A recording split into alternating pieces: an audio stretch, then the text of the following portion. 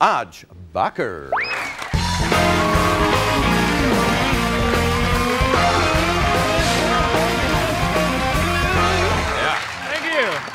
Thank you very much. Great to be back in Australia. And I had a great flight, and I'm not going to brag, but I had an incredible flight. And I'll just tell you, you are looking at a new member of the Mile High Club. Yeah. Thank you. Solo aviator division. Little different. And it was a long flight, and I couldn't believe they wanted to charge me for the headphones, like $10, and I wouldn't have bought them because I thought it was extortion, but I thought, well, I'll just steal them for my Walkman, and that'll be good. But as soon as I bought them, it says on the headphones, "This will not work with home devices," which is a pain in the ass. Because then I gotta steal the whole seat. Which isn't easy, but I now have a very comfortable Walkman. It's back, it's nice. And I'm back in Victoria, and I really like Victoria. It's a very organized state.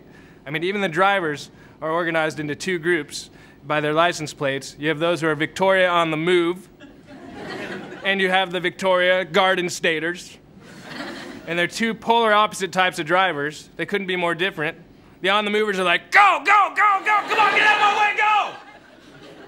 And the Garden Staters are just like, hey man, just let it grow, brother. Just relax, huh? But neither driver is allowed to stick their hands out of the car. You can't put your arm out of the car. In Victoria, it's against the law. In Sydney, they can play the wind game, but not in Victoria, because you can't put your arm or your hand or anything outside of the window. And I looked into it, and there's a reason for it. A few years ago, they had a big problem with drive-by slappings. So they had to have that law put in. I just sold my car.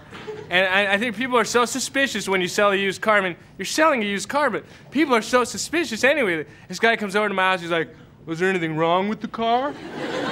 What's the matter with the car? Are there any problems with the vehicle? What's the matter with the car? Well, it's a 1985 Holden Commodore, and I'm asking $8. You might want to have a mechanic look under the hood. No, I moved on. I'm not, I'm through with that car. It's time to move up. I'm not trying to be flashy or show off, but I got myself an '86 Ford Escort, which it actually was supposed to be a good car, and I put my whole savings into it.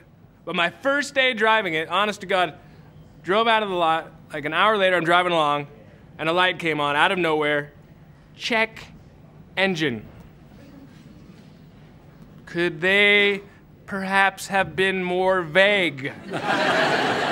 What if a light came on that just said, problem? Or, uh-oh.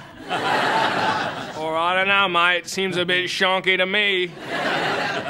So I pulled over and checked the engine, which was there, so I took off. I'm not a mechanic, but I can do that. Engine! Check, let's go. And it felt good to work on my own car, Melbourne. So, no, thanks, please. Everywhere you go, there's traffic. There's traffic in Melbourne, there's traffic in London and San Francisco, and I just think, let's get rid of it. The solution to the traffic in any city can be solved with a two-word solution. Public buses. You get those things the hell out of the way. Yeah.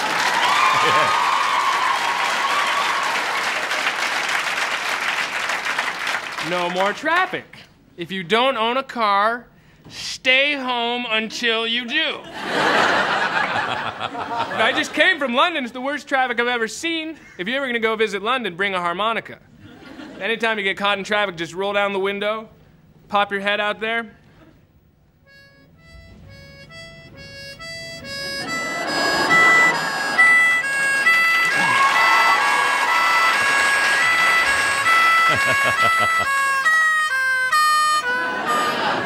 Thank you very much. Thank you. All right.